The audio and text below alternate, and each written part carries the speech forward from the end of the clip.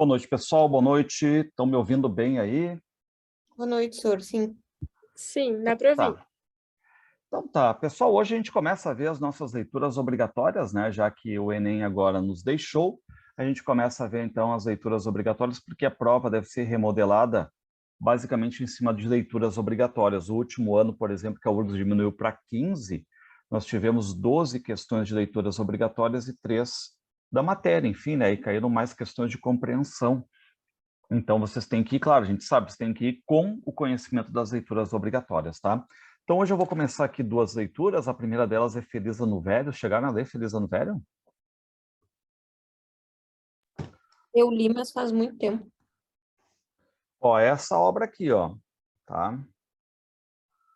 É um livrinho curto, relativamente curto, tá? Ele tá aqui, ele autografou para mim aqui, ó.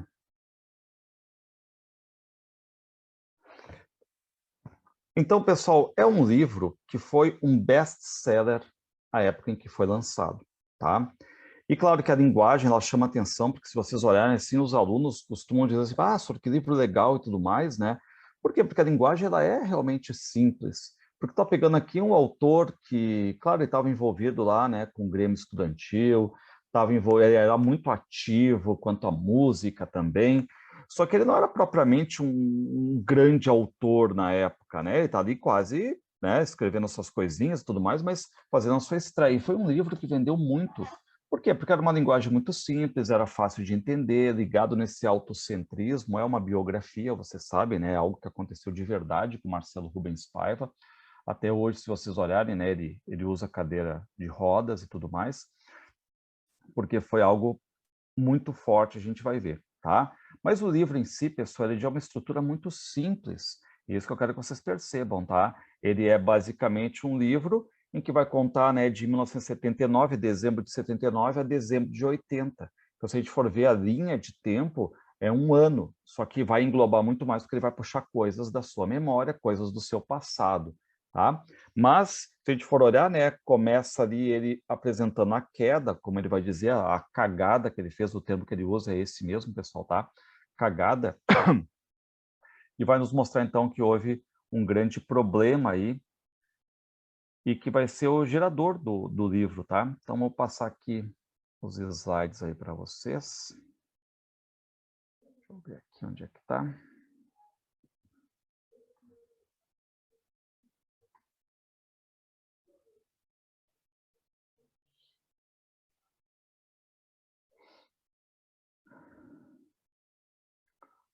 Só um minutinho aqui que eu já coloco.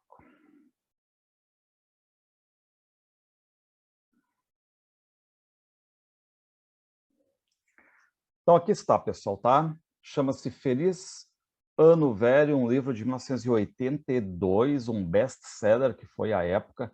Tem o filme também, eu acho o filme muito fraco, distorce algumas coisas, né? Enfim, e claro que vocês sabem que hoje em dia as questões se dedicam ao livro e não a uma versão, por exemplo. Ah, eu vi no teatro, eu vi um filme e tudo mais. A gente pode ter um pouco da síntese, né?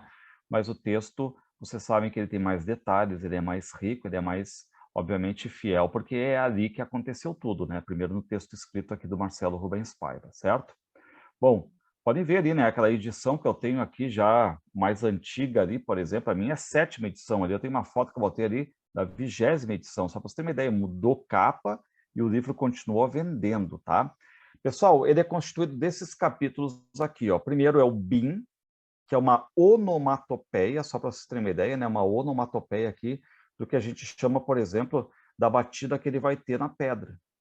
Do lado de cá dos trilhos, UTI, Hospital Paraíso, São Paulo, apartamento, uma paulista chamada Avenida, e início de dezembro, ou seja, começamos início de dezembro de 79 e finalizamos início de dezembro de 1980, tá? Pessoal, o que vai acontecer? Ele localiza aqui exatamente o momento da queda, tá? Reparem ali, ó. 14 de dezembro de 79. 14 de dezembro de 79, 17 horas. O que acontece? O Marcelo Rubens Paiva, ele tinha 20 anos, tá? 20 anos. Deixa eu ver aqui, que está marcando aqui, tá. Marcelo Rubens Paiva tinha 20 anos, ele fazia engenharia agrícola na Unicamp, ele era um universitário, ele está com um conjunto de amigos, tá? Foram então para um lago, estão bebendo, ele fala, né? Estão bêbados ali, aquela coisa toda de festividade e tudo mais. E o que ele vai dizer que ele fez? Eu subi numa pedra e gritei. Aí, Gregor, eu vou descobrir o tesouro que você escondeu aqui embaixo, seu milionário disfarçado. Então, reparei, ele está acima numa pedra, né? E vai, enfim, se jogar nesse lago. Mas qual é o problema, pessoal? Esse lago é um lago raso, de água barrenta, então não permite que tu veja o que está embaixo. E era um lago raso, de meio metro, embaixo tem uma pedra. Mas isso ele não está conseguindo ver. Então esse foi o problema, tá? Aí tu soma isso ainda, ele está bêbado. Então, reparem, pulei com a pose do Tio Patinhas. Bom, o Tio Patinhas aqui é uma referência principalmente dos anos 80, pessoal, tá? O Tio Patinhas, você sabe, né? Ele é o pato mais rico do mundo, tem uma caixa forte, tem um trampolim na caixa forte dele, ele pula nas moedas, né? Enfim, ele nada nas moedas. Então, a referência que ele tem aqui é o Tio Patinhas, ó. Pulei com a pose do Tio Patinhas, resultado, bati a cabeça no chão, e foi aí que eu ouvi a melodia Bim. Reparem, bati a cabeça no chão, contra a pedra. Então fica essa onomatopeia, aquele Bim, na tua cabeça, tá zonzo ali. Estava debaixo d'água, não mexia os braços nem as pernas, somente via água barrenta e ouvia Bim. Bom, claro que os amigos notam, né, vão ali ajudá-lo, ver que a coisa não é uma coisa simples, tem sangue envolvido, pessoal, tá? Claro que tem outros ali que acham que é uma coisa qualquer, levanta que ele fica bom logo, é só dar uma chacoalhada. Só que a coisa estava complicada, pessoal, tá? Tanto é que eles vão colocar ele meio que numa tábua, tinha uma Kombi ali, eles vão colocar na Kombi e vão partir para o pronto-socorro, certo? Tem até um professor Urtiga, como diz ali, estava junto, os amigos todos, né? E reparem, chegando ao pronto-socorro, eu percebi que o negócio era muito sério. Maca, oxigênio, enfermeiros, médicos, maca correndo, teto branco, todo mundo olhando, mesa de raio-x.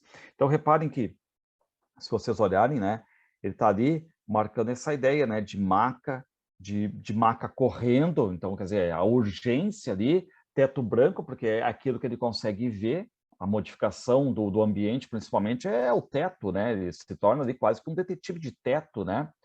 E aí ele era um rapaz de 20 anos, vaidoso, cabelo maior, tocava violão, aquela questão, né, de várias namoradas ali, um cara muito ativo ali naquele mundo estudantil dele. O que vai acontecer? Ele ainda não tem noção que a coisa é muito pior do que aconteceu. E aí o que vai acontecer? Vêm as enfermeiras e começam a cortar a unha dele. E ele dizia, por favor, enfermeira, eu tenho que tocar violão, tenho que gravar uma música, por favor, não faça isso, não corte minha unha. Para ele aconteceu uma coisa simples, daqui a pouco ele está indo embora, ele não sabe que o problema é muito grave. Até que eles pegam e cortam o cabelo dele. Disse, não, mas só um pouquinho, meu cabelo não. Me deixaram carequinha, e eu apaguei. Por quê? Porque agora ele vai ser submetido a uma cirurgia, pessoal, tá? A batida foi feia, certo? Ele vai ficar tetraplégico, vocês sabem disso. Depois, com o tempo, ele vai conseguir ganhar, né, movimentos maiores, com fisioterapia e tudo mais, mas foi muito forte o que aconteceu, pessoal. E aí vocês imaginem, né, uma pessoa ativa, namoradora ali, inclinada para a música, universitária, de movimentação a todo momento, e simplesmente, pessoal, essa queda com ele bêbado vai ferrar a vida dele ali, tá? Então entendam, isso realmente aconteceu, isso é algo verdadeiro, realmente aconteceu, e ele está nos contando a partir de agora, né, isso aí, numa riqueza de detalhes, porque quando ele começa a escrever esse livro aqui, ele já está naquela assim, ó, bom, fazer o quê, né, tem que aceitar, essa é a minha vida a partir de agora, certo? Mas num primeiro momento ele não tem ainda noção, porque a cabeça está funcionando, se lembrando daquela e tudo mais, mas quando ele começa a ver que não consegue se mexer, que é um caninho aqui, uma sonda ali, ele começa a ver que a coisa é muito séria, tá? Então, reparem, ó, UTI, ele está na UTI. Acordei. Tipo, acordou depois da cirurgia, né? De um lado, um caninho com líquido amarelo que entrava na minha veia. Do outro, um com sangue. Na boca, um acoplado àqueles aparelhinhos de respiração artificial. Ok, mas aí que vem o detalhe, ele tenta se erguer, pessoal, ele não consegue. Ele não consegue mexer as mãos, não consegue mexer, né, da cintura para baixo, nada. Ele dizendo, é mesmo, não mexia nada. Lembrei-me do acidente, só podia estar no hospital. E aí ele fica naquela ansiedade ali, o que está acontecendo? Alguém me fale o que aconteceu. E aí dizem para ele, tu foi operado, mas está tudo bem. A única certeza que eu tenho é de que estou vivo e muito lúcido. Consigo me lembrar perfeitamente do acidente, do meu passado, de tudo. Enfim, a cabeça está boa, certo? Só que, qual é o detalhe? Chega a mãe dele. E aí, a primeira reação que tive foi de sentir vergonha pela cagada que havia feito. Pessoal, vocês cuidem essa palavra, tá? Ele usa várias vezes a palavra cagada. Aquela ideia assim, cara, foi uma cagada, uma burrada, mas ele usa o termo cagada. Me atirar num lago de 0,5 metro, com água barrenta, não conseguindo ver o que estava embaixo e ainda por cima bêbado. E aí, claro, né, a mãe vai dizer, olha, você quebrou a 5ª vértebra cervical e comprimiu a medula. Ferrou, ferrou. Vamos ver agora no que vai dar. Mas já fica sabendo, não é uma coisa simples, não é simplesmente amanhã eu estou saindo, me deu alta, tchau, estou em casa. Não é por aí, tá? Então a coisa foi séria, pessoal. Quem já leu o livro vai se lembrar que, assim, ele era namorador, como eu falei, ele era muito ativo quanto à música, quanto à questão estudantil, quanto a namoradas, enfim, né? Então tem vários personagens, tem as irmãs dele, vários ali. Só que é o seguinte, pessoal, imaginem na situação dele agora. Vocês não conseguem mexer nada, vocês estão deitados. Como é que tu faz para passar o tempo? E aí ele vai dizer, olha, uma maneira de passar o tempo foi pegar uma determinada pessoa, lembrar todos os momentos em que estive com ela, os papos, enfim, para tentar esgotar. Porque imaginem numa situação dessas aí, não tem muito o que fazer, né, a não ser passar o tempo, mas como é que tu passa o tempo? Pô, às vezes dá coceira na cabeça dele, tem que pedir para alguém, por exemplo, coçar, uma enfermeira. Vem lá a avó dele, a avó tá lendo o livro, porque ele não consegue virar as páginas, entende? Tá muito mal aí. E aí vem o médico e diz, olha, Marcelo, pode durar 2 meses, como pode durar 1 ano. Mas logo que a sua vértebra se consolidar, você já poderá sentar numa cadeira de rodas e fazer bastante fisioterapia. Reparem que em nenhum momento tem assim, não, tu já vai voltar para casa. Reparem, sentar numa cadeira de rodas e depois fazer bastante fisioterapia, tá? Bom, então, pessoal, a coisa aqui, né, foi forte. Ele vai conseguindo, né, ele é muito brincalhão e tudo mais. Reparem que passa ali uma enfermeira, né, bom dia, Marcelinho, como vai este menininho? E ele diz assim, vai bem gordinha, bunduda e fofinha. Pessoal, e aqui vocês vão cuidar, né, porque assim, ele tem trechos assim mais, sei lá, de uma coisa meio até um tanto machista e tudo mais, brincalhona, às vezes pode passar dos limites, mas entendam, é uma biografia, no caso é uma autobiografia. Então, o que ele faz? Ele tentou ser verdadeiro aqui, ele mesmo vai dizer, eu era assim, eu tinha essas questões todas, né? Enfim, eu não vou botar uma pedra e tampar esses meus problemas, porque você sabe, tem muita biografia, autobiografia, que tu seleciona os teus melhores momentos e tu parece assim que tu foi uma pessoa excepcional em tudo, perfeição, porque uma biografia, você sabe, é uma seleção de momentos, mas quais momentos?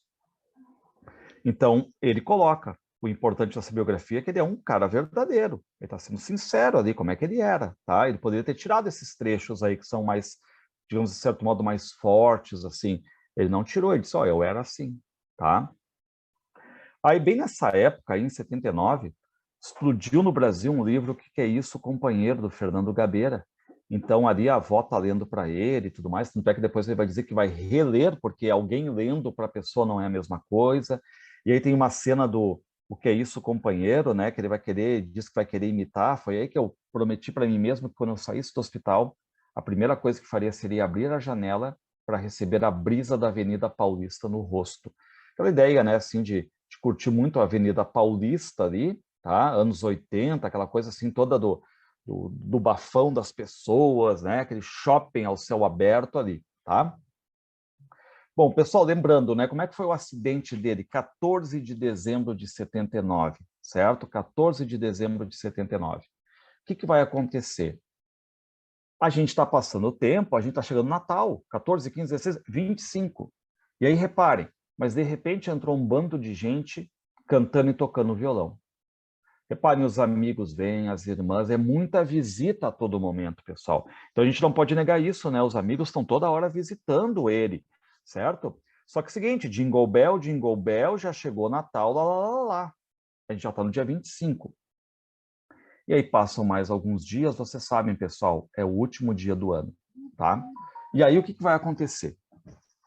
No último dia do ano, vocês têm o quê, pessoal? Aquele pessoal, os enfermeiros, todo mundo, né? Aquelas coisas de praxe, clichê.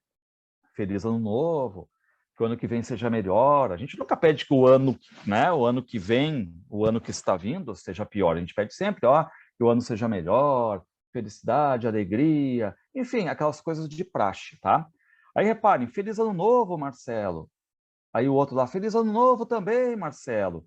E começa aquela musiquinha que vocês conhecem, clássica, né? Adeus, ano velho, feliz ano novo. Só que para o Marcelo Rubens Paiva, você tem que entender agora o título.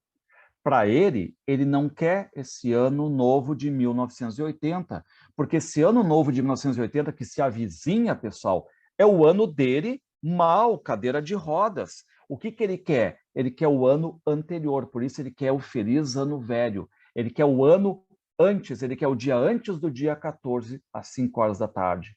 É aquela ideia assim que tu gostaria de voltar alguns dias no passado antes do que ele chama de cagada, tá? Por isso o título é Feliz Ano Velho, porque ele quer o ano anterior, não o ano que se avizinha, que é o ano de 1980, ele tetraplégico, né? Cadeira de roda e tudo mais, tá?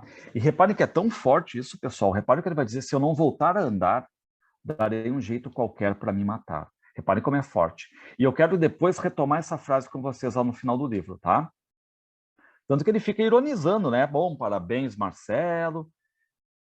Eu vou me matar agora. Foram 20 anos bem vividos, deixará muitas saudades, alguns bons amigos, umas fãs e tudo mais. Porque aquela ideia era, pô, só um pouquinho, eu era extremamente ativo. Aí agora eu fico inativo. Não. Se eu não voltar a andar, darei um jeito qualquer para me matar. Guardem bem essa frase para o final, tá? Bom, pessoal, ele vai agora passar para o hospital, tá? E ele diz assim, fiquei puto. Não era possível, quase um mês sem levantar a cabeça e essa porra ainda não havia solidificado. Essa porra aqui, pessoal, é a vértebra dele, tá? Então, cuidem essa questão de um vocabulário muito de desabafo. Reparem, né? Ele está desabafando ali, essa indignação dele, tá? E agora vem uma cena importante, por quê? Porque ele vai falar sobre o pai dele, pessoal. O pai dele foi o Rubens Paiva, um deputado que foi perseguido, né? Enfim, prenderam e mataram ele, certo? Na época da ditadura militar. Então isso foi importante aqui, né? Uma cena importante, tá? Porque o Marcelo Rubens Paiva vai voltar agora há alguns anos, ele tinha 12 anos, quando ele sofreu o acidente, ele tinha 20, tá? Repare, enquanto alguns pais levavam seus filhos para jogar tênis, o meu pai, o Rubens Paiva, me levava para Pavuna, um bairro operário da Zona Norte. Lembrando, o livro é narrado em primeira pessoa, tá? Mas em alguns momentos ele coloca, né, essa questão toda, né, como se fosse em terceira, tá? Só que ele vai dizer, ó, chegou uma hora que meu pai não pôde me ensinar mais nada. Por quê? Porque em 20 de janeiro de 71, num feriado, eu estava dormindo e a casa foi invadida por 6 militares à paisana com metralhadoras. Todo mundo ali e tudo mais, espantado sob a mira de metralhadoras e tudo mais, tá? E qual foi a ordem ali? Meu pai deveria comparecer na aeronáutica para prestar depoimento. Mas aí fica aquela coisa, tá? E ordem escrita, quem é que tá mandando? Não tem. Motivo? Só Deus sabe. O telefone fora do gancho, ninguém saía. O namorado da minha irmã chegou e foi preso, levado embora. Um amigo de 16 anos chegou e também foi levado. Minha mãe chamou-me num quarto e me mandou entregar uma caixa de fósforos para Helena, que mora perto, fazendo o possível para não ser visto por ninguém. Então, Marcelo Rubens Paiva ali, a mãe, vai chegar e vai dizer, filho, vai, pula a janela aqui, mas vai lá para a Helena e leva essa caixinha de fósforo, que ela botou um bilhete ali, né? Ó, o que dizia o bilhete? O Rubens foi preso, ninguém pode vir aqui, senão é preso também, tá? E aí o Marcelo Rubens Paiva, com 12 anos, está perguntando, mas preso por quê? O que o meu pai fez, certo? E aí a mãe é presa durante 13 dias, é interrogada várias vezes, e aí ele está dizendo agora um aspecto mais da época. Repare, naquela época, a censura da imprensa não estava tão rigorosa, e todos os dias saíam artigos nos jornais, ou seja, onde é que está o Rubens Paiva? Só que o governo que tinha que responder pela prisão do Rubens Paiva dizia, não, mas ele não está preso. Só que o Marcelo Rubens Paiva se irrita, né? Mas, como não está preso? Se a minha mãe, a mulher do meu pai, viu a fotografia dele no álbum da prisão, e a resposta vinda dos militares era essa. A mulher de Rubens Paiva nunca esteve presa, nem sua filha. Reparem que era mentira em cima de mentira, tá? E aí Marcelo Rubens Paiva vai dizer, mas eles cometeram uma gafe.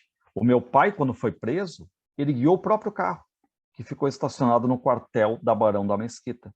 Mais tarde, uma tia minha foi recolher o carro e os caras deram um recibo com timbre do Exército. Então, reparem, tem a confirmação que ele estava lá. E aí o Marcelo Rubens Paiva, ele usa várias vezes, pessoal, tá, esse recurso de botar todas as palavras em caixa alta ou maiúsculas, como se estivesse muito irritado, né? Mas se Rubens Paiva não estivesse preso, não estava preso, o que o seu carro está fazendo ali? Então eles conseguem aquela ideia, pessoal, né, de que, bom, o meu pai estava ali, tá? Meu pai estava ali. Agora, se ele estava ali, a gente precisa, então, de um habeas corpus, tá? Reparem, com esse documento foram impetrados 3 pedidos de habeas corpus, mas nada aconteceu. Por que nada aconteceu? Porque o pai do Marcelo Rubens Paiva já estava morto. Mataram o pai do Marcelo Rubens Paiva, tá? Só que agora, pessoal, o que tu vai dizer? A versão do Exército vai ser sempre aquela. Temos que inventar alguma coisa. Mesmo sob censura, a imprensa ficava pegando no pé. Finalmente, no dia 24 de fevereiro, sai no Diário Oficial da União, que até hoje é a versão do Exército. Até 2013, tá, pessoal? Porque 2014, naquela Comissão da Verdade, foi revelado que o pai dele foi morto realmente, tá? Mas reparem, né, o que é para a mãe ali, né? A mãe não sabe se é viúva ou que fim deu o marido, se está vivo ainda, tá? O que o Exército passou? Olha, segundo informações, o citado paciente, o Rubens Paiva, quando ele estava sendo conduzido para ser interrogado sobre fatos que denunciam atividade subversiva, ele teve um veículo interceptado por elementos desconhecidos e fugiram, tá? Só que aí aquela ideia, né? Pessoal, eles têm a certeza já de que ele está ali morto, que mataram ele, tá? Então ainda, claro, tu pode ter aquela esperança, né? Enfim, vá que, né? Mas a gente sabe como é que era ali na época da ditadura. Não foi só ele. Várias outras pessoas, né, foram torturadas, morreram e tudo mais.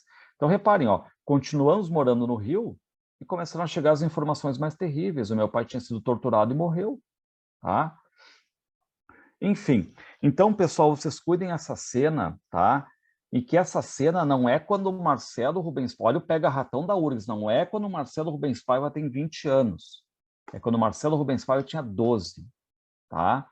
O pai dele, então, os militares vão à paisana com metralhadoras, tiram ele, levam lá para interrogatório e simplesmente some, tá? E depois a gente fica... Claro que eles na época aqui sabem já, né? Essa questão toda que só resta uma esperança, mas a ideia é saber já que só falta uma prova, né? E isso aqui depois veio com a Comissão da Verdade, tá? Bom, emoção no hospital. Por quê, pessoal? O colete para o pescoço ficou finalmente pronto. Os caras foram rápidos, porque a ordem era sentar o Marcelo Rubens Paiva o mais rápido possível numa cadeira de rodas. E, pessoal, o livro ele é escrito em 82, ele está pegando o finalzinho de 79, tá? Começo de 80, vocês sabem. E o que vai acontecer agora? Reparem, visitinhas políticas. Chegou um telegrama do Leonel Brizola dizendo que iria me visitar. Que coisa, eu nunca vi o Brizola na minha vida. Ele tinha acabado de chegar no país beneficiado pela anistia. Então, o pano de fundo também é a lei da anistia, que permitia, né, esses exilados políticos agora voltarem ao Brasil, certo? E quando a gente passou pelo Natal, passou primeiro pelo dia 14, depois Natal, depois Ano Novo, reparem que é Carnaval, a gente está em fevereiro de 80. E aí ele está dizendo, não havia mais aquela turminha. Por quê? Porque a galera, ok, durante 2 meses foram visitando o Marcelo Rubens Paiva, foram falando com ele, conversando, dando aquele apoio. Mas chega carnaval, férias, todo mundo quer fazer a sua. E aí o Marcelo Rubens Paiva diz, ó, não havia mais aquela turminha. E ele começa, ó, confetes, batucadas serpentinas, carnaval no país do futebol, samba, mulher pelada e aquela marchinha conhecida, né? Mamãe, eu quero, mamãe, eu quero, mamãe, eu quero sair daqui. E aí a mãe fica aquela coisa assim, ai, meu filho, por favor, vamos ver o que vai acontecer e tudo mais, né? Como se a mãe estivesse pedindo assim desculpa. E o Marcelo Rubens Paiva diz, mãe, não foi sua culpa. Eu estou assim por cagada própria. Cuidem esse termo, cagada própria. Quantas vezes eu penso em voltar no tempo para segundos antes de me atirar naquele lago, bater a cabeça, lago de água barrenta que eu não via nada, bêbado, certo? Bom, pessoal, aqui você tem uma foto do Marcelo Rubens Paiva nesta época aqui, tocando violão, estão vendo, tá? Então, vocês entendam, né? Quando, por exemplo, ele fica chateado quando cortam o cabelo dele, fica chateado quando cortam as unhas dele e tudo mais. Por quê? Porque ele é um cara ativo, vaidoso, namorador, como falei para vocês, e agora está, né, numa inatividade. Ele volta um pouquinho no tempo para lembrar que ele tinha uma banda chamada Os Bostas, tá? Essa banda, inclusive, eles acabaram se inscrevendo no Festival da TV Cultura, acabaram, né, enfim, participando lá. Reparem que ele vai dizer, né, então fomos com 2 fitas cassetes, fitinha cassete, aquela, né, antiga, nos inscrever. Eu, com a minha música que eu fiz, chamada Bamba Novo, Bamba é um tênis, né? E o Cassi com Cemitério Blues. E aí, claro, né, de novo, tá lá ele tocando, essa coisa toda de envolvimento. Ele chega a dizer, né, que já está numa uma época que ele estava mais envolvido com música do que propriamente com a faculdade, que ele fazia engenharia agrícola, tá? Reparem agora, no começo de 74, morando em Santos, os boinas verdes desse país continuavam afirmando que o meu pai tinha fugido, tá? Reparem, né, aconteceu em 71 e agora a gente está aqui, pessoal, né, em 74, 3 anos depois, e continua a versão do exército dizendo que o pai, eles não mataram ele, que o pai simplesmente fugiu, tá? Bom, agora ele vai para casa, estão vendo, né? Apartamento, pessoal. E aí tem um problema, porque no apartamento, se vocês pararem para pensar, ele estava no hospital. E estando no hospital, tu tem os teus enfermeiros ali, o pessoal ali tá te vigiando 24 horas, né? Então, tudo tu tem ali a tua disponibilidade ali. O problema qual é? Agora ele tem que bancar uma enfermeira. Ele banca uma enfermeira, ele não gosta dela, odeia ela, acha que ela está sempre se metendo e tudo mais, né? Repara que ele vai dizer, ela era feia, muito feia, com um corpo de macho, mas era exótica. De novo, né? Ele poderia ter tirado esses trechos, pessoal? Poderia, certo? Mas uma autobiografia, aquilo que se propõe a contar, aquilo, de certo modo, de verdade, né? Enfim, tem esses percalços aí, tá? Bom, o que vai acontecer? Pessoal, eu quero que vocês cuidem uma cena aqui, tá? Uma cena, a cena do cinema. Porque uma paulista chamada Avenida. Pegam ele, colocam no carro, vão dar uma banda, então, pela Avenida Paulista. Ele está lá olhando tudo e tudo mais, né? Porque, olha só, antes ele estava só na UTI, depois foi para o hospital. Agora ele estava no apartamento. E agora ele está indo para a rua. Ou seja, vida que segue, tem que te adaptar com o que tem a partir de agora. Então ele está ali, só que eles vão para o cinema, pessoal.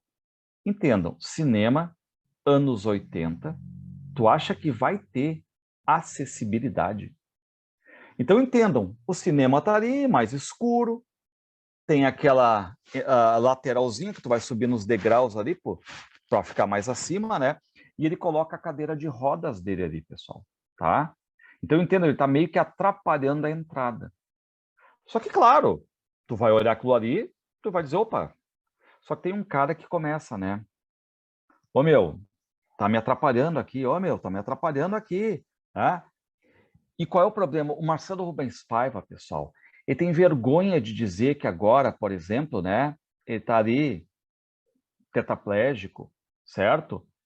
Então, ele está com vergonha, não sabe como agora ele vai se referir a ele mesmo. Sabe aquela coisa dos estereótipos, né? Por exemplo, vai chamar alguém na cadeira de roda, aquele ali é o cadeirante. Sabe, tu vai perdendo um pouco da tua individualidade, da tua identidade, porque tu começa a ser reconhecido por outras coisas ali. Então, entenda, vai bater uma vergonha nele. Até que dizem para ele, pô, meu, o cara tá assim, ô, meu, sai daí, sai daí. E o Marcelo Rubens Paiva não consegue dizer, pessoal, por favor, eu não consigo. Até que chegam e dizem, cara, tu não tá vendo que ele é paralítico? E reparem, né, a palavra ali.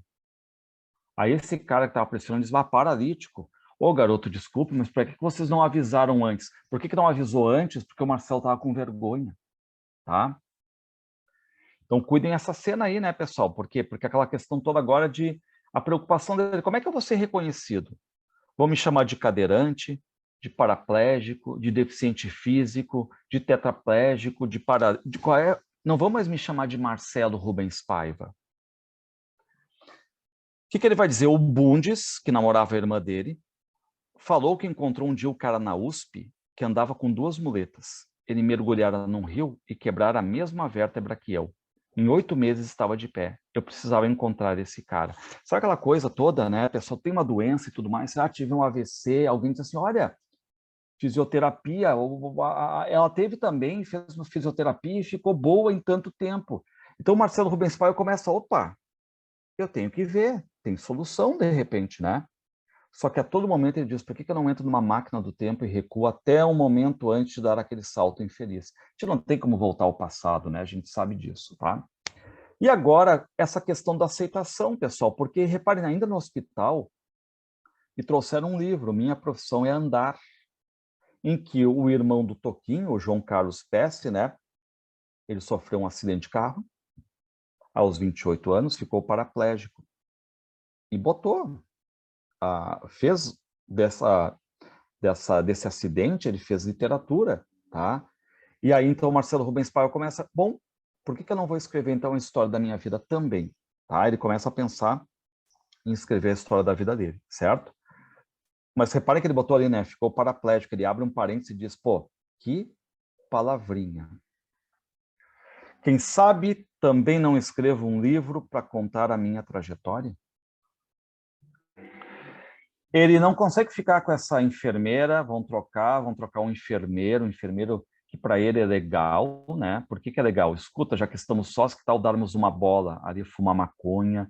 Ele leva para o jogo do Corinthians, por exemplo, né? Enfim. E aí ele vai conhecer as terapeutas ocupacionais. E as terapeutas ocupacionais, pessoal, são um choque de realidade na vida dele, tá? Só para você ter uma ideia. Ela diz assim, tu tá escovando teus dentes? Não, não sei o que, tem gente que escova para mim. Não, não, não. Pega e escova tu mesmo. Cadeira de roda, tu tá girando a roda? Não, você gira também. Então, seja mais independente. E elas vão estimulando ele a escrever. E ele pega lá a máquina da datilografia, né, pessoal, e começa. E ele escreve o nome dele, Marcelo Rubens Paiva, estão vendo ali? E ele diz que tesão dava para escrever. Agora poderia ficar o dia todo escrevendo poesias, cartas e até um livro. Nossa, por que eu não descobri as terapeutas ocupacionais antes? Ele chama de teosa ali, né? São um choque de realidade, tá?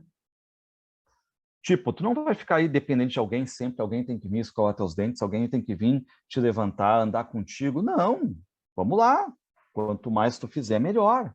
Bola para frente. E aí, pessoal, em outubro de 80, BBB aqui não é o Big Brother, por favor, tá? É um centro de fisioterapia. Então ele vai dizer, ó, minha vértebra se consolidara e eu estava livre para um tratamento de fisioterapia mais intenso. Só que nessa BBB, ele fica lá tipo um mês para conseguir uma vaga e ele vai fazer agora a fisioterapia.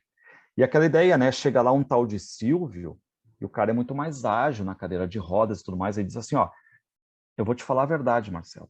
O negócio é o seguinte, tu pode não aceitar, mas o passado aconteceu, foi bom, ele não volta mais. Então, a partir de agora, pensa, tu está numa cadeira de rodas. Tu conseguir andar um pouco, escovar teus dentes, escrever, fazer isso, fazer aquilo, não se esqueça. Cada degrauzinho é uma vitória para a tua vida a partir de agora, tá? outro choque de realidade para ele. E repare o que ele vai dizer, né? Quem sabe eu mudo meu nome para Marcelo Rodas. Marcelo, cadeira de rodas, né? Assim facilita a identificação. Eu não posso culpar ninguém por isso. Eu mesmo, antes de sofrer de acidente, eu era preconceituoso, tá? E aí, pessoal, para encerrar, ele diz assim, ó. Dia 14, faço 1 ano de acidente. E só agora realmente vou começar o tratamento de fisioterapia na BBB. Foram 10 meses. Ele faz um resumo agora para vocês, ó. Foram 10 meses de vértebra em frangalhos, usando aquele colete de ferro, e mais 1 mês de espera de vaga na BBB. 1 ano em que eu tive uma certeza, a minha vida mudou pacas. Sou um outro Marcelo, não mais o Marcelo Rubens Paiva, e sim o Marcelo cadeira de rodas. Eu não sou mais um violonista que toca violão, e sim eu sou um deficiente físico. Ganhei algumas cicatrizes pelo corpo, fiquei mais magro e agora uso barba. Não sou modelo para nada. E isso é bom, né, que ele diz, não sou modelo para nada. Tá, pessoal? Não é um livro aqui que tu vai seguir os trâmites de quem venceu na vida, aquela coisa. Não é esse o sentido aqui, até porque a gente sabe que ele vai vencer, vai se tornar um grande escritor, teatro, cronista, enfim. Não é nesse sentido aí. Mas ele está querendo dizer, né? Não sou modelo para nada, apenas o que aconteceu? Não sou herói, sou vítima do destino, dentre milhões de destinos que nós não escolhemos. Aconteceu comigo. E aí vê, aquela linguagem de desabafo, injustamente, mas aconteceu, é foda, mas que jeito. E agora lembrem lá do começo, que ele diz assim, ó, se eu não voltar a andar, quero me matar. Olha o que ele vai dizer. Hoje em dia, me pergunto se preferiria estar morto. Não sei, nem quero saber. Só sei que nas noites em que eu tenho insônia, não consigo dormir, eu lembro de um garoto normal, reparem, ele está lembrando dele mesmo. Eu lembro de um garoto normal que subiu numa pedra e gritou: aí, Gregor, vou descobrir o tesouro que você escondeu aqui embaixo, seu milionário disfarçado.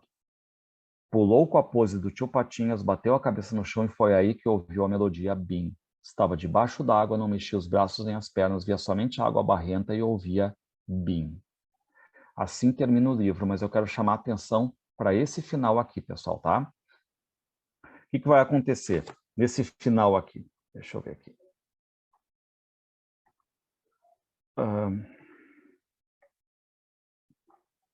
Deixa eu só botar aqui. O que vai acontecer nesse final aqui? Deixa eu voltar.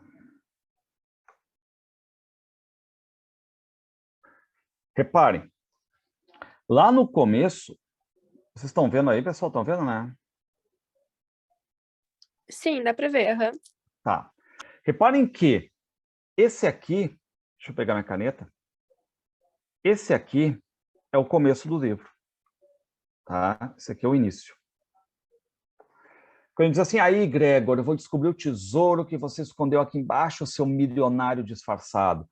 Pulei ao sujeito, eu pulei com a pose do tio Patinhas, eu bati a cabeça no chão e foi aí que eu ouvi a melodia Bim. Eu estava debaixo d'água, eu não mexi os braços nem as pernas, somente eu via a água barrenta e ouvia Bim. Depois ele vai dizer, se eu não voltar a andar, prometo me matar. Pessoal, ele não voltou a andar, até hoje usa cadeira de rodas, só que ele soube conduzir a vida dele a partir de agora com essa situação, tá? E aí, o que ele faz no final? Aqui vocês estão vendo que é o final. O que ele mudou? Ele passa os verbos da primeira pessoa para a terceira pessoa, como se ele dissesse, nas noites em que eu tenho insônia, que eu não consigo dormir, eu ainda me lembro daquele rapaz que pulou com a pose do tio Patinhas, que bateu a cabeça e que ouviu a melodia. Ou seja, o que ele está querendo dizer para nós? Ele aceitou a condição dele, certo? Não tem mais morte, não tem isso. Eu aceitei a minha condição, tá? Só que esse rapaz que pulou, que bateu a cabeça, que ouviu a melodia, já está um pouquinho mais afastado no passado. Porque a partir de agora, ele está fazendo tratamento, fisioterapia e tudo mais, né? Reparem que o livro ele vai ficar 1 ano só desse tratamento de 10 anos, 10 meses, como ele vai dizer, né, de coluna em frangalhos, 1 mês esperando vaga na BBB, no centro de fisioterapia, e depois a gente tem ele na fisioterapia. E terminou. É isso aí, tá? Em que ele sai do hospital, vai para a rua, vai jogando, né? Enfim, com essa questão de uma nova vida dele a partir de agora, tá?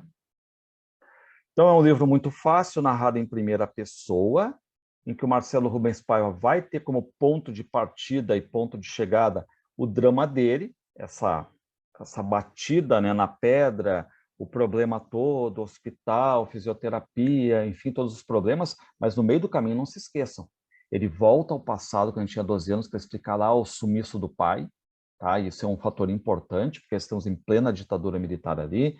Ele fala da lei da anistia, tá? Que permitia que os exilados políticos voltassem ao Brasil.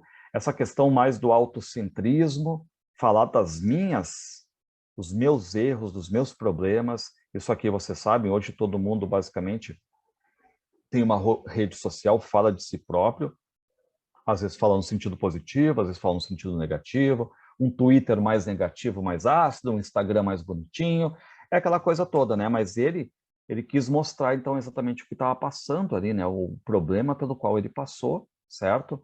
Nesse momento. Foi, pessoal, um best-seller, vendeu muito, virou filme depois, tá? Então, vamos fazer um intervalinho, daqui em 15 minutos a gente volta, né?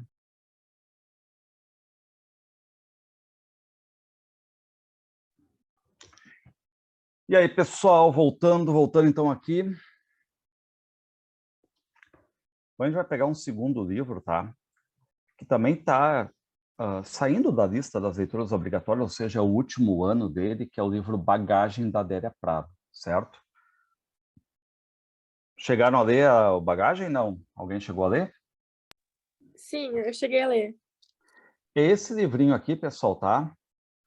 Que é um detalhe, né? A gente vai olhar assim o número de páginas dele, 130. 130 páginas, e tem 113 poemas. Então, o que eu quero dizer para vocês? Os poemas, eles basicamente têm uma página. São muitos, claro que são, tá? São 113. Mas o que vocês têm que cuidar mais é a técnica dela, os temas dela. É isso que aparece numa prova, né? No primeiro ano lá que estreou, a URGS pisou na bola, a URGS cobrou lá, por exemplo, ainda eram 25 questões, né? Cobrou título e o resumo do poema que só não sabia de cabeça, uma coisa assim impossível de guardar. Aí já no último ano, o ano passado, já resolveu amenizar, colocar trechos do poema e tudo mais, né? Porque para fazer uma questão, de certo modo, mais honesta com quem estudou, tá? Então, vou passar aqui, qualquer dúvida vocês perguntem aí, tá, pessoal? Bom, então aqui está a Adélia Prado. Viva 86 anos, vai fazer 87, 13 de dezembro. 13 de dezembro ela faz 87 anos, tá? E ela foi uma moradora, ela nasceu no interior de Minas Gerais. Então, o que eu quero que vocês entendam, pessoal, é que ela é uma pessoa extremamente simples, uma pessoa interiorana, uma pessoa extremamente religiosa, tá? Adélia Prado. Ela nasceu em Divinópolis, Minas Gerais, 13 de dezembro de 35. E o que ela teve? É uma vida pacata, uma vida interiorana, uma vida, como ela mesma vai dizer em entrevistas, uma vida vidinha, uma vida minúscula.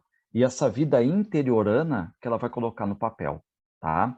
Agora, claro, existem alguns fatores importantes, por exemplo, ela foi uma pessoa sempre família, e aí com 14 anos morre a mãe.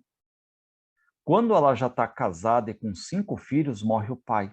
Então vocês vão ver que assim, ó, a presença dos pais aparece demais, né, a questão da presença dos pais, mas os pais já estão falecidos no ano que ela publicou Bagagem, de 76, que é o primeiro livro dela, o livro de estreia dela, tá? Ela fez um curso universitário, né, ela fez filosofia. Então, pais, marido, filhos, dona de casa, religiosa, aquela que está arraigada aos costumes, às tradições mais do interior. Esse é o mundo dela, tá? E é engraçado de ver aqui, pessoal, tá? Que o livro é de 76. Não sei se vocês conseguem ver aqui, mas tem uma capinha. Deixa eu tirar aqui. As capas, às vezes, não são as melhores do mundo, né? Mas essa capa aqui mostra bem essa coisa interiorana, ó, estão vendo? Bem interiorano. E o que que isso coloca, pessoal? Pô, é um livro de 76, 76 a gente vivia ainda a ditadura militar, e aí que está a curiosidade, tá? E não é um livro que contesta a ditadura militar. A visão de mundo é a visão interiorana. É a visão de mundo do interior, tá?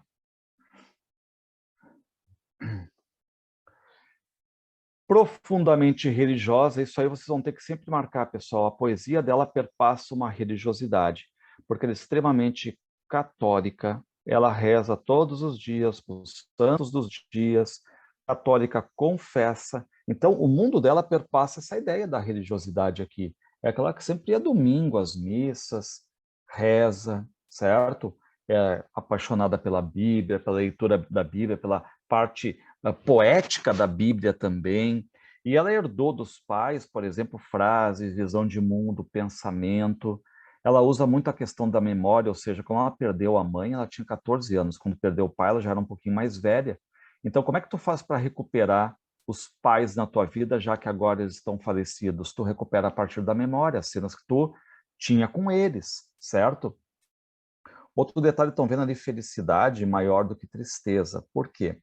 Porque assim, ó, eu sei, pessoal, que a tristeza, ela sempre foi um atrativo, assim, no sentido, né, de envolver mais o leitor, né? Porque assim, passamos no vestibular, aquela coisa toda, vocês recebem, né, um carinho, um abraço, aquela coisa toda aí e tal.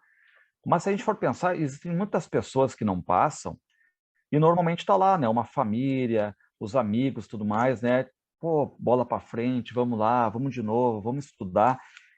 E no caso da tristeza, parece uma coisa que ressoa mais humana e que chama mais atenção, daquele só o oba-oba, por exemplo, né, da felicidade, da alegria, da vitória. E a Adélia Prado, ela vai dizer, claro que eu sei que o mundo universitário, o mundo dos grandes poemas, eles versaram muito mais sobre tristeza do que felicidade. A gente teve, por exemplo, vocês vão lembrar, né, uma segunda geração, mal do século, que era extremamente depressiva, para baixo, down, né, que era lá do Álvares de Azevedo. O próprio simbolista era decadente, o simbolismo. Se pegar, por exemplo, Augusto dos Anjos, se pegar toda aquela geração também ali do romance de 30 também, muita gente pessimista, certo? Mas para Adélia Prado, a felicidade ela tem que ressoar. Felicidade tem que estar em primeiro lugar, tá? Tu pode até ter uma vida com tristezas, obviamente, mas a felicidade tem que ser maior. Metapoesia, quando ela fala de poesia sobre poesia. Intertextualidade, quando ela vai, então, conversar com alguns autores aí da literatura famosos, né, que são basicamente, assim, influenciadores da poesia dela. Então, ela adora o Guimarães Rosa, adora o Fernando Pessoa, faz um poema de homenagem a Castro Alves. O Drummond, não precisa nem dizer que o Drummond é quem consegue para ela, né, o lançamento do livro. Então, ela usa temas simples. Ela mesma vai dizer, eu sou um piano de uma tecla só. Eu digo basicamente as mesmas coisas. Então, o que vocês têm que perceber nela, tá? Uma mulher interiorana, religiosa, casada, com 5 filhos, certo? Que ama os pais não estão mais presentes, então ela recupera pela memória. E aquela mulher que tem uma vida vidinha, uma vida pacata, uma vida interiorana, uma vida simplificada. E isso ela vai ressoar nos poemas dela, ela vai então soar esse biografismo, esse confessionalismo, esse eu lírico que se confunde com a própria autora aqui. Pessoal, quanto à forma, ela é bem modernista. Então, assim, por exemplo, ela faz os poemas basicamente, se vocês olharem, né, basicamente em uma página, uma estrofe. Eu vou mostrar aqui para vocês, ó. Ó, aqui é um poema, aqui é outro poema. Aí tu vira a página. Poema, curtinho. Outro poema, um pouquinho mais longo. Mas tudo basicamente cabe numa página, ó. Tudo basicamente numa página. Curtinho, curtinho, tá? Mas tudo basicamente de uma estrofe só. Ela não gosta de fazer quebra em estrofes, ela usa basicamente uma só. Tem, acho que uns 4 poemas que tem estrofe. Uma estrofe a mais, mas basicamente ela usa o quê? Uma estrofe, tá? Uma estrofe, no sentido de numeral, né? Ela não usa métrica, são versos bem livres, são versos sem rima também. Olha, aparece uma ou outra rima ali que ela vai dizer, olha, às vezes é uma coisa pensada, às vezes é uma coisa espontânea. E aqui que mora o problema, né, pessoal? São 113 poemas, 113, tá? Em que tu vai ter uma voz que vai contar para nós, né, essa poesia, e essa voz se chama, por ser gênero lírico, eu, o sujeito lírico. E é feminino, tá? É feminino. São 5 partes, e se vocês olharem aqui as 5 partes, pessoal, tá? O que vai chamar a atenção? A primeira parte é a que mais tem poemas, ó, 66. Depois tem 19, depois 14, depois 13 e depois um só, totalizando 113 poemas. Então vem com uma gradação, né? Vem lá de cima 66, 19, 14, 13, 113 é o total. Dificilmente a URGS vai falar sobre, por exemplo, estrutura. Tá? O livro, bagagem, dividido em 5 partes ou 4 partes e um final, dificilmente vai falar sobre isso, tá? Deve pegar 1, 2 poemas e fazer uma questão. Então, vamos lá. Pessoal, aqui, tá? Vocês têm um primeiro poema, o poema que abre, tá? O poema que abre. E aqui, deste lado aqui, vocês têm o poema do Carlos Drummond de Andrade. Aqui é Drummond, tá? O Drummond, ela bebeu na fonte do Drummond, apaixonada pela poesia do Drummond e tudo mais. Então, aqui é o Drummond, ó, tá? 1930, Carlos Drummond de Andrade estreia com o livro Alguma Poesia, é o primeiro poema do livro. Alguma Poesia é o poema de 7 faces, tá? Vocês já devem conhecer esse poema, reparem, né? O Drummond diz, quando nascia um anjo torto, desses que vivem na sombra, não na luz, na claridade, na sombra, disse, vai Carlos ser gauche, é um termo francês aqui, vai ser coxo na vida, vai ser manco na vida. Vai Carlos Drummond ser coxo na vida. Muito bem.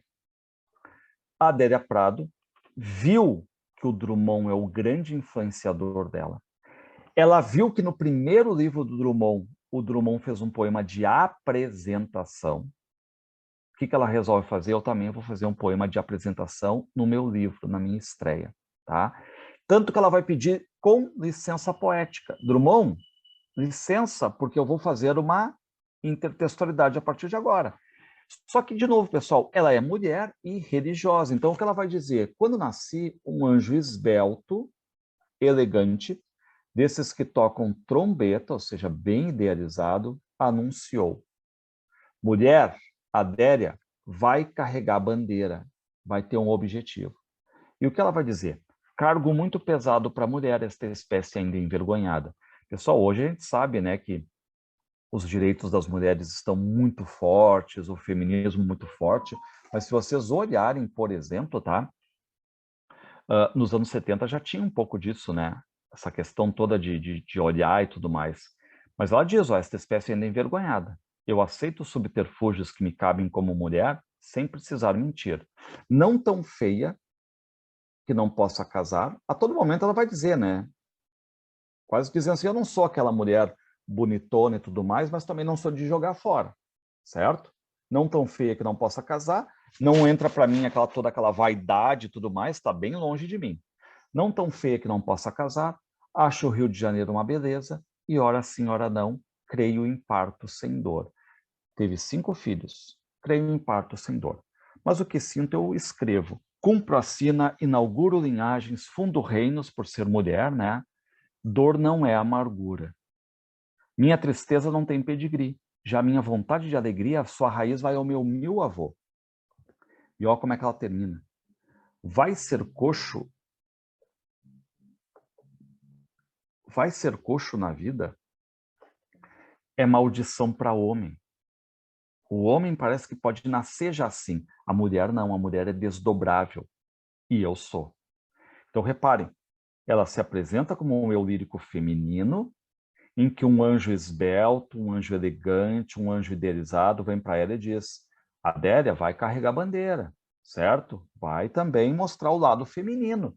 E ela vai dizer, sim, a mulher ainda é algo um tanto envergonhada e não tem problema nenhum, eu aceito as tarefas que são, né, vinculadas a mim, não tão feia que eu não possa casar, às vezes falo clichê, visitei o Rio de Janeiro, achei uma beleza, também creio em parto sem dor, o que eu sinto, que vem do fundo da alma, eu escrevo, eu cumpro a sina da mulher, que é inaugurar linhagens, fundar reinos, tá? Mas e a dor no parto? Não, dor não é amargura, tá? Tenho tristeza? Tenho, mas a minha felicidade, ela vai lá ao céu.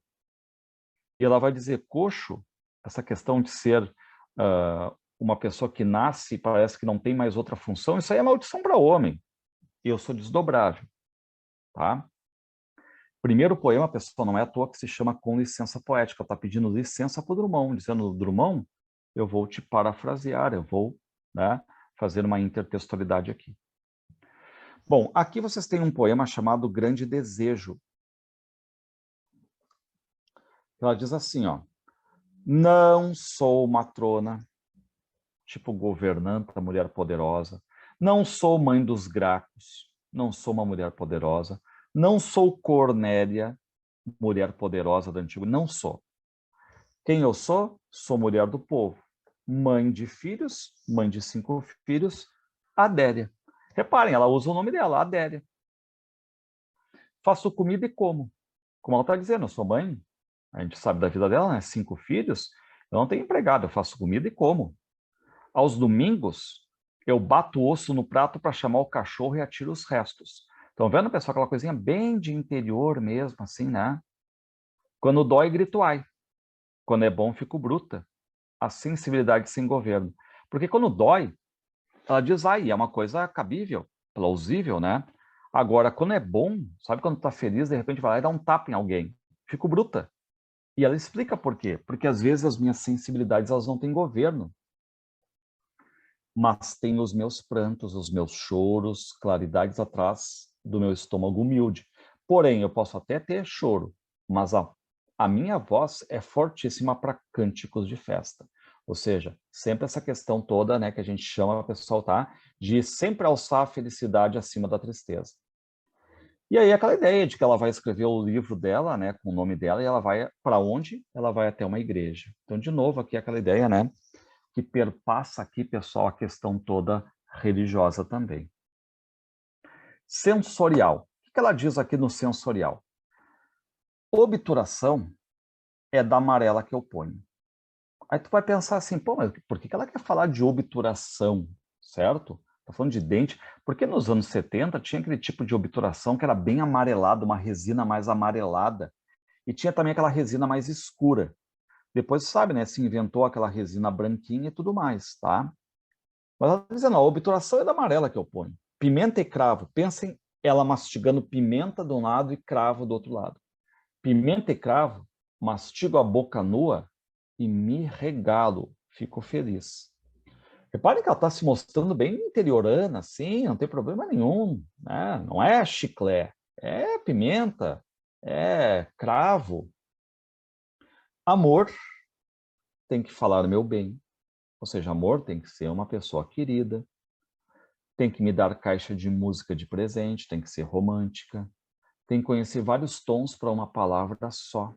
Ou seja, pode até ter um vocabulário limitado, me chamar de amor, mas a forma como me chamar de amor tem que ter vários tons para isso. Espírito, se for de Deus, eu adoro. É como se eu dissesse assim, ó, espírito, se for de Deus, está provado em medicina. Agora, se for espírito de homem, não é assim. Eu testo com meus 6 instrumentos. Pessoal, aqui 6 instrumentos, como se eu dissesse, é um sexto sentido. Os 5 sentidos, mas alguns dizem, né, que nós temos um sexto sentido, a questão da percepção e tudo mais. Por isso que o título não é à toa que se chama sensorial.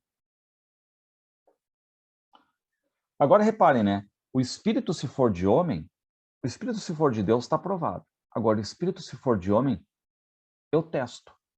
Fico gostando. Reparem que tu fica esperando aqui um paralelismo no verso, tá? Fico gostando ou fico odiando. Tu tá esperando isso aí, né? Porque senão tu quebra o paralelismo. Fico gostando ou fico odiando.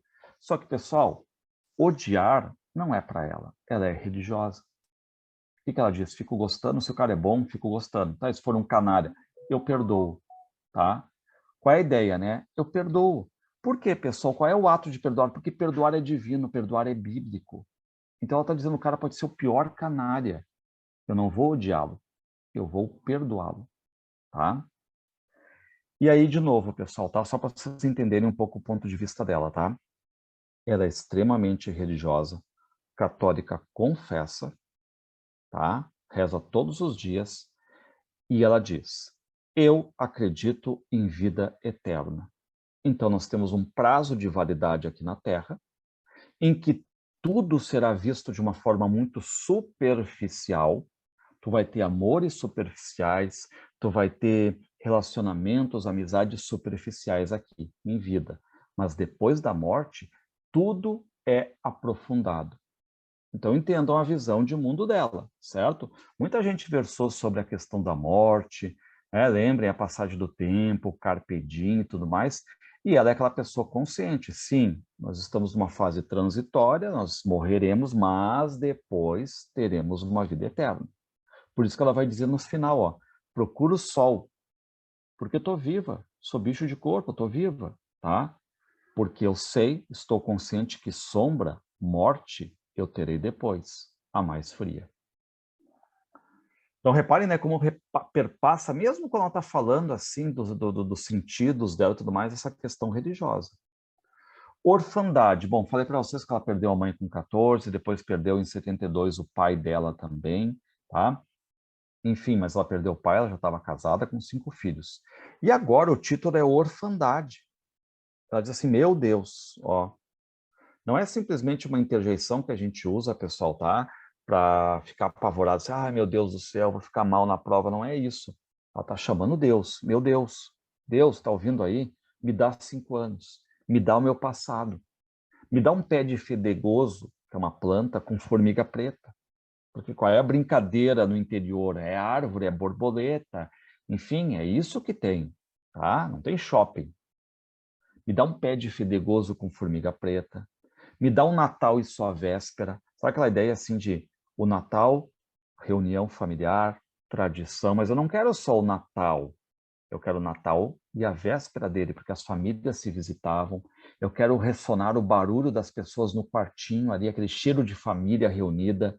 Me dá a negrinha fia para eu brincar, me dá a minha amiga, me dá uma noite para eu dormir com a minha mãe. Reparem que está pedindo para Deus uma noite para dormir com a mãe dela. E a mãe dela, você já sabe, já está falecida. E quando ela se relembra a mãe, ela diz assim, me dá minha mãe. Alegria, o que que a mãe é? Alegria sã, ou seja, uma alegria saudável, e medo remediável. É bonito esse verso, né? Medo remediável. Por quê? Vamos supor, eu estou com medo do escuro. Eu vou lá, deito com a minha mãe. Ela vai remediar esse medo, vai tirar esse medo fora. Deus me dá a mão, me cura de ser grande. Por quê? Se eu estou ficando grande, maior, denota-se passagem do tempo. E a passagem do tempo a gente sabe, né, pessoal? Temos perdas nessa passagem do tempo, tá? Quer amigos, parentes, enfim, a gente vai tendo perdas. E ela finaliza, ó meu Deus, meu pai, meu pai. Ela cita mãe e cita pai, por isso o título é Orfandade, tá? Mas reparem, a quem ela está ali, basicamente, né, clamando por quem? Para Deus.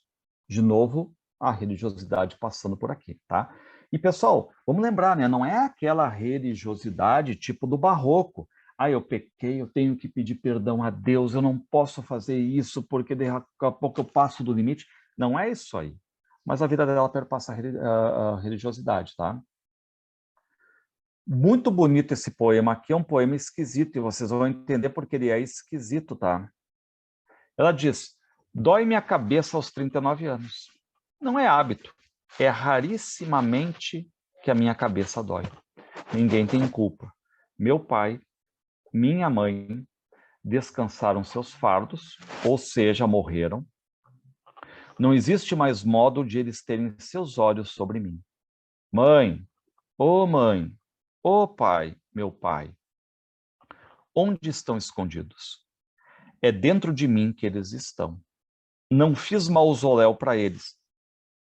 Não sei se vocês já viram mausoléu. Mausoléu é aquela estrutura em cemitério que tu faz tipo uma casinha, tá? Para colocar o caixão ali, não é embaixo da terra. O mausoléu é aquela estrutura, enfim, que muitas famílias fazem, às vezes para grandes personalidades, enfim, né? Eu no interior era muito comum de fazer mausoléu também. Ah, aquela ali tá toda a família tal, tá enterrada ali e tudo mais. O que que ela diz? Eu não fiz mausoléu para eles. Os dois morreram, eu não fiz mausoléu. Pus os dois no chão. E nasceu lá no chão, porque quis, um pé de saudade roxa, uma planta, que abunda, que tem muito nos cemitérios. Quem plantou não fui eu. Foi o vento, a água da chuva. E quem vai matar é o sol. Muito bem. Até aqui, a gente não está vendo nada de esquisito, certo? Por quê? Porque ela está dizendo, olha, meus pais morreram, tá? Eu não fiz um mausoléu para eles, enterrei os dois na terra mesmo e tudo mais, né?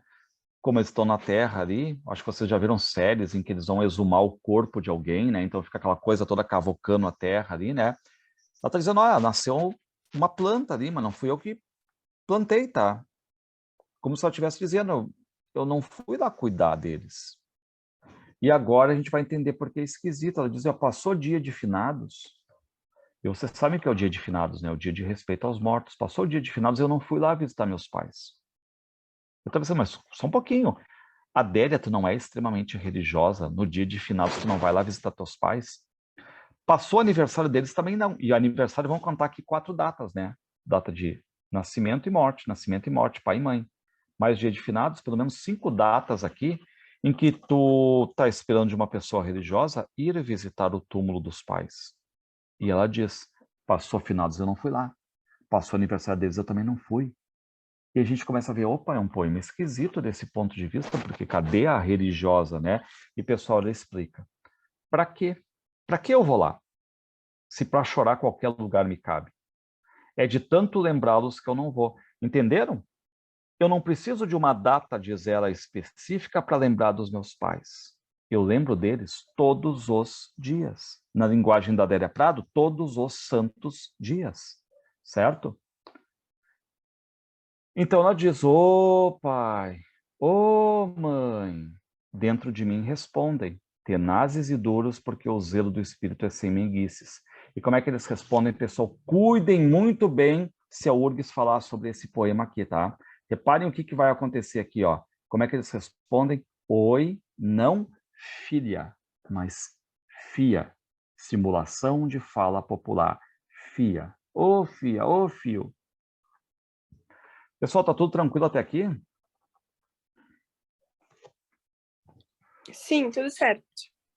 Estão vendo, né, que essa questão religiosa importa muito nos poemas dela, tá?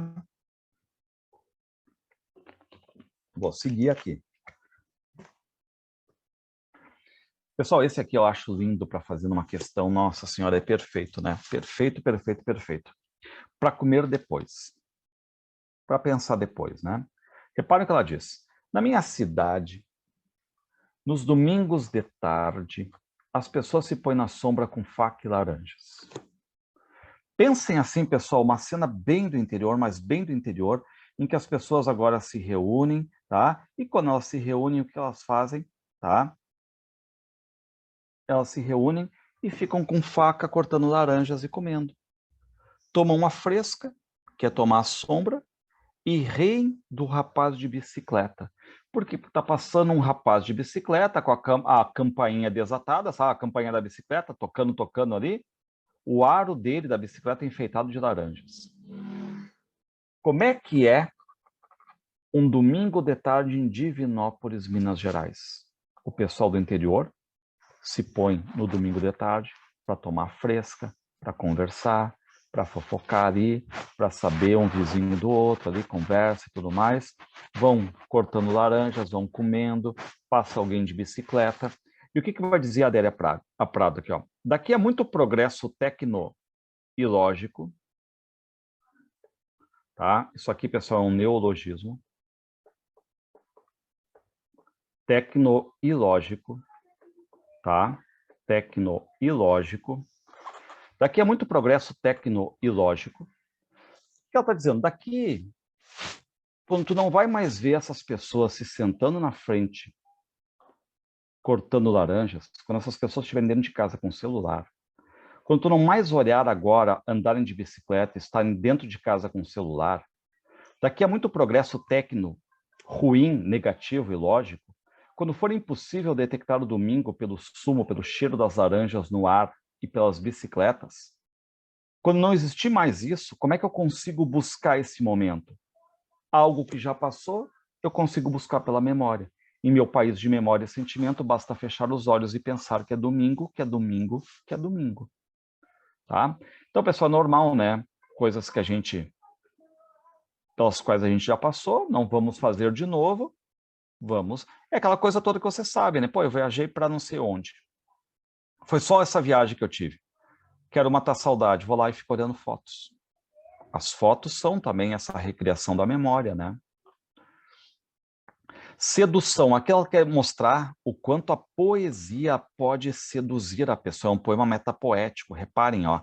A poesia me pega com a sua roda dentada.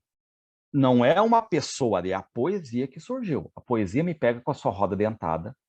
A poesia surgiu. Me força a escutar imóvel seu discurso esdrúxulo. A poesia me abraça detrás do muro. Levanta a saia para eu ver.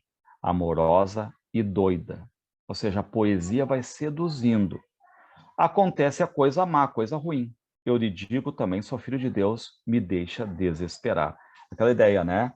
Que, enfim, está sendo seduzido. Ela, a poesia, responde passando a língua quente em meu pescoço. Eu corro, a poesia corre mais. Eu grito, a poesia grita mais, 7 demônios mais forte. A poesia me pega a ponta do pé e me vem até a cabeça, fazendo sulcos profundos. É de ferro a roda dentada dela. Aqui ela explica, tá, pessoal? Ela diz o seguinte para nós. Se vocês me trancarem num lugar e pedirem, escreva um poema, ela vai dizer, eu não vou fazer, porque não é assim que funciona, tá? Agora, o que ela diz?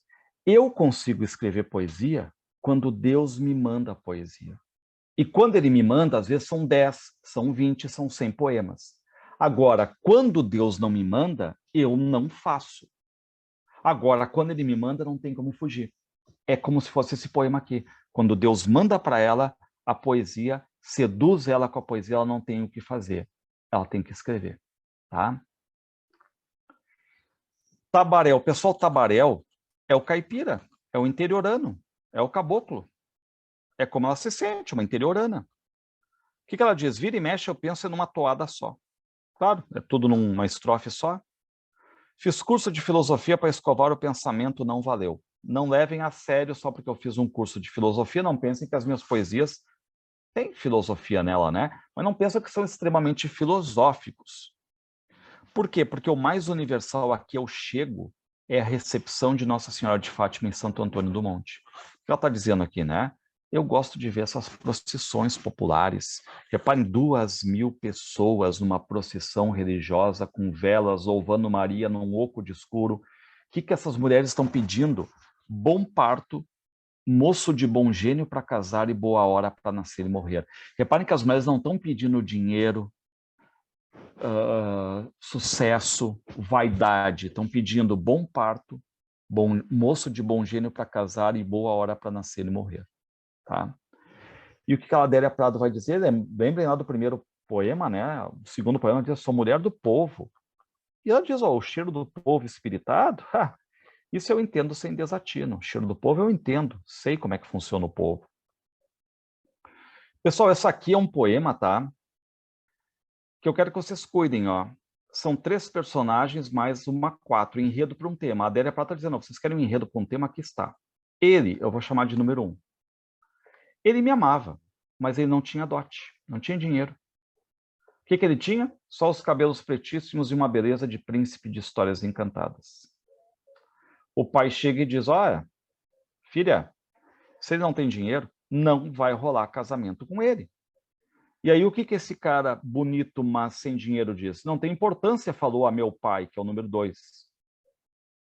Se é por falta de dinheiro, espere. Foi-se com uma bandeira, um objetivo e ajuntou ouro para me comprar 3 vezes. Só que na volta, não adianta ele ter vindo com dinheiro, porque ele me achou casada com Dom Cristóvão, que é o número 3 aqui. O que o número 1 vai dizer? Olha, cheguei tarde, mas estimo que vocês sejam felizes. O que o pai diz? Olha, o melhor do amor, às vezes, não é ter, mas é a memória. Tu poderia ter tido a minha filha. E o que diz o terceiro? Pô, meu, tu demoraste tanto que a fila andou, disse Dom Cristóvão. Reparem que os 3 homens dizem. Quem é que não diz nada? Só eu, a mulher, não disse nada nem antes e nem depois. O que a Adélia Prado está fornecendo para nós? Um enredo para um tema patriarcal. em que a mulher não tem voz alguma, que o destino dela é traçado por quem? Pelos homens. Que vocês vão cuidar, que pode ter um contraste com esse poema aqui, ó. Briga no beco. Encontrei meu marido às 3 horas da tarde com uma loira oxidada. Reparem, encontrou traindo. Os dois, o meu marido e essa loira oxidada, tomavam guaraná e riam, os desavergonhados. Ataquei os dois por trás, com mão e palavras que nunca suspeitei conhecer. Resultado, voaram 3 dentes, e eu gritei. Esmurrei, espanquei os dois e gritei. Gritei meu urro a torrente de palavrões de impropérios. Claro que causou tumulto, ajuntou gente. Até a natureza ficou muito mal, escureceu o sol. A poeira veio, né, como uma cortina ali. E ele, o meu marido, me pegava nos braços, nas pernas, na cintura, tentando me controlar. E eu, sem me reter, virei um peixe-piranha, um bicho pior, uma fêmea ofendida. Eu uivava. E eu gritei. Gritei, gritei, gritei, até a cratera exaurir-se. Quando eu não pude mais, fiquei rígida, as mãos na garganta dele, nós dois petrificados, eu sem tocar o chão. Parece que ela pegou no pescoço dele e ele também pegou no pescoço dela, né? Só que quando eu abri os olhos, as mulheres todas abriam alas, me tocando, me pedindo graças. Desde então eu faço milagres. Pessoal, então aqui a situação é diferente, né? Nesse poema aqui, tá? A mulher não tem voz alguma. O destino dela, quem decide é o pai. Aqui é diferente. A mulher vem, encontra o marido traindo com outra, ela vai lá, bate nos dois, faz o tumulto, como se dissesse assim, ó, pô, ninguém faz isso, eu vou fazer, né? E quando termina tudo, o que as mulheres fazem? Oh, parabéns, hein? É isso mesmo, né? E tudo mais, como se ela fosse um modelo agora, né? A ser seguido, ó. Foi humilhada? Detona, tá? Pessoal, Janela é um poema muito bonito também, porque a janela está mostrando o quê? Essa passagem do tempo, né? Janela, palavra linda. Pensem, aquela menina que tem aquela relação com a janela, porque a janela é a tua visão, é a tua TV. Janela é o bater das asas da borboleta amarela. Ela abre para fora, né? A janela abrindo para fora. Eu pulo você para dentro e para fora, a janela. Monto a cavalo em você, ela fica, né, no meio da janela. Meu pé esbarra no chão. Quando ela diz meu pé esbarra no chão, dá a entender que ela está até já crescendo, né? Começa a se medir o tamanho pela janela. Janela sobre o mundo aberta, por onde eu vi o casamento da Anitta esperando o neném. Aquela questão já de... Ela já depreendeu o casamento. Opa, ela está casando grávida, alguma coisa aconteceu aí fora do tempo e tal, né? Bem interior. A mãe do Pedro Cisterna urinando na chuva. E por onde eu vi o meu bem chegar de bicicleta e dizer ao meu pai, minhas intenções com sua filha são as melhores possíveis. Reparem, né, que a janela vai ter uma relação com a vida dela no momento que ela vai crescendo. E tanto é que ela vai dizer, ô janela com tramela, brincadeira de ladrão, clarabóia na minha alma, olho no meu coração. Um bonito poema aqui sobre uma janela, né, mas que para ela é a TV sobre o mundo ali. Esse poema já caiu no Enem, já caiu na URGS. Minha mãe achava estudo a coisa mais fina do mundo, mas não é. A coisa mais fina do mundo é o sentimento. E aí ela vai exemplificar agora, pessoal, tá? Que ela vai exemplificar, ó. Aquele dia de noite, o meu pai fazendo serão, trabalhando dobrado, a minha mãe falou comigo, coitado do teu pai, até essa hora no serviço pesado. O que vai fazer a mãe? Arrumou pão e café, deixou tacho no fogo com água quente. A minha mãe não falou em amor, essa palavra de luxo. Ou seja, o que diz a Adélia Prado? A minha mãe achava isso tudo a coisa mais linda do mundo, não é. A coisa mais fina do mundo é o sentimento. E a Adélia Prado vê esse sentimento. A mãe da Adélia Prado não vai lá com o pai cansado, trabalhando dobrado, não vai lá e dar um beijo ou diz eu te amo. Não. Ela mostra esse sentimento como ação. Arruma a comida, o café, pão, deixa, né, água quente e tudo mais, como se estivesse naquela empatia por ele. Pô, tu vai trabalhar, deixa eu te, pelo menos deixar a comida pronta, essa coisa toda, né? Esse é o ensinamento que a mãe deixa para ela. Pessoal, para a gente já ir quase finalizando, reparem o poema 112. Ela diz assim, ó, As mortes sucessivas, o título é importante, né? As mortes sucessivas aqui, tá? Podem ser autobiográficos, sim, tá? Até eu botei junto com o Feliz Ano Velho, porque tem essa coisa muito mais pessoal.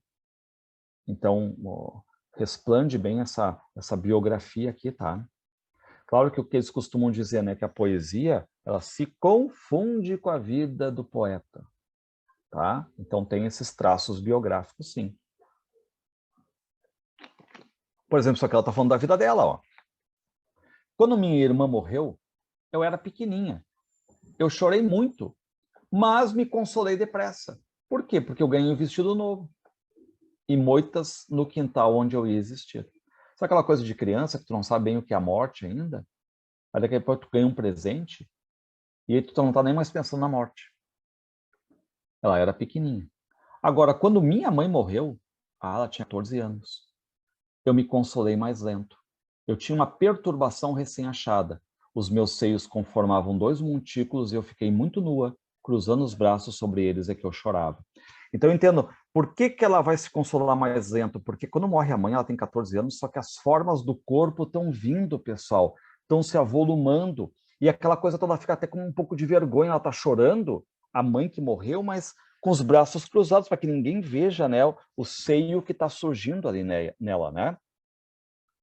Agora, quando meu pai morreu, eu nunca mais me consolei. Por quê?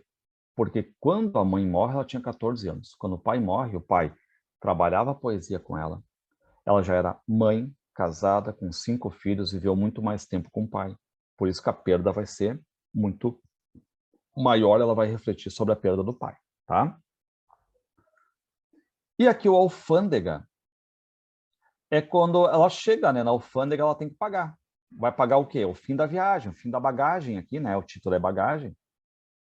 Ela diz para nós assim, o que eu pude oferecer sem mácula, sem mancha? Ou seja, o que eu tenho de coisas puras na minha vida?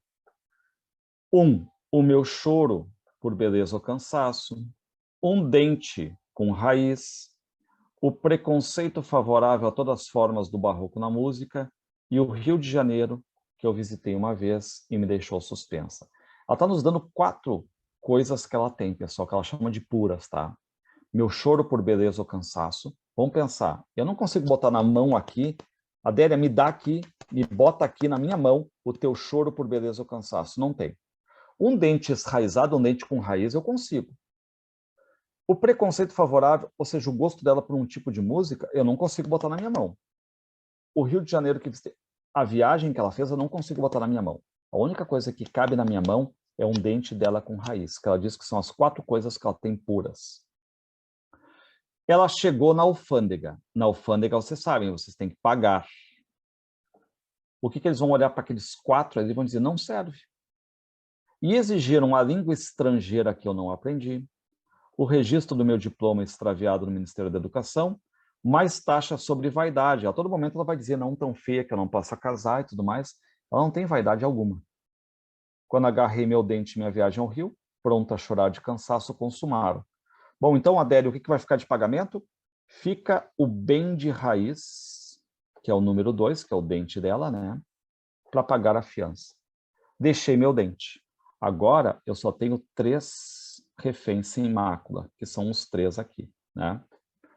Então, é como se eu estivesse entrando na alfândega, pagando ali, né, a taxa dela, e a taxa dela, o pagamento dela é o dente dela. Porque, basicamente, é o único bem palpável, de certo modo, né? Claro que é uma coisa louca, incoerente, como é que tu vai deixar teu dente ali? Mas é o que ela está dizendo, é o que eu tenho, né, sem mácula, puro e tudo mais. Então, pessoal, esse aqui é um pouco, né, desse mundo dos poemas da Adélia Prado. Espero que vocês tenham visto que a religiosidade, ela perpassa toda essa obra, tá? E é isso aí. Semana que vem a gente pega mais 2 obras aí, então, tá? São Bernardo e vemos outra aí, certo? Valeu, senhor. Boa noite. Então tá, boa noite a todos aí, um grande abraço.